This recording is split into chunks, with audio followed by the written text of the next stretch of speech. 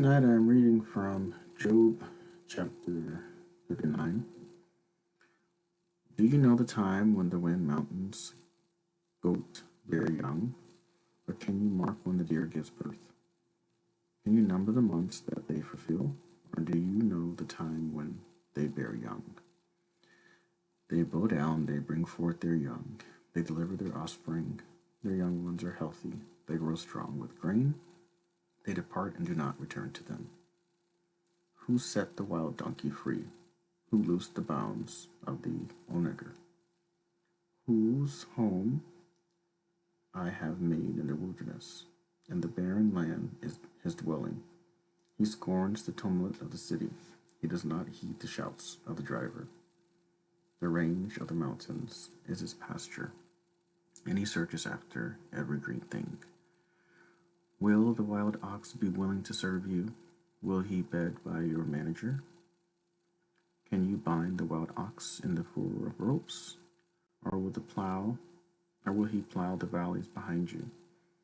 Will you trust him because his strength is great? Or will you leave your labor to him? Will you trust him to bring home your grain and gather it to your threshing floor? The wings of the ostrich wave proudly, but are her wings and pinions like the kindly stork's? For she leaves her eggs on the ground and warms them in the dust. She forgets that a foot may crush them, or that the wild beast may break them. She treats her young harshly, as though they were not hers. Her labor is in vain, without concern, because God deprived her wisdom and did not endow her with understanding.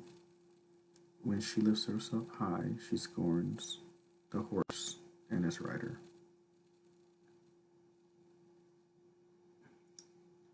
Have you given the horse strength? Have you clothed his neck with thunder? Can you frighten him like a locust? His majestic snorting strikes terror. His paws in the valley and rejoices in his strength. He gallops into the clash of arms. He mocks at fear and is not frightened, nor does he turn back from the sword.